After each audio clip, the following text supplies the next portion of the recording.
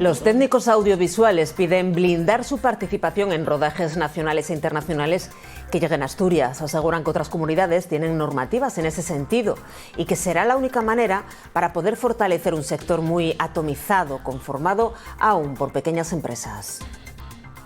País Vasco, Galicia y Canarias especialmente, que tienen fueros propios y tienen otras leyes, hay una protección especial a los propios técnicos. Y los actores van a venir de aquí.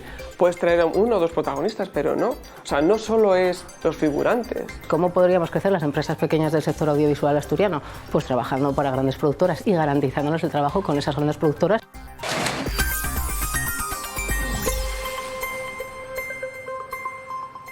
El sector audiovisual pide normativas similares a las de otras comunidades para blindar su participación en grandes producciones que llegan a Asturias. Aseguran que muchos técnicos trabajan en proyectos internacionales, pero se quedan fuera de rodajes en Asturias. En ocasiones dicen debido a que es un sector atomizado y que está conformado por pequeñas empresas. Los técnicos del audiovisual señalan la necesidad de mayor protección a la hora de rodar en Asturias, piden compromiso político y proponen crear herramientas legales para que las producciones que llegan a la comunidad repercutan en el sector, generando empleo. Los técnicos de aquí y los actores van a venir de aquí. Puedes traer a uno o dos protagonistas, pero no. O sea, no solo es los figurantes.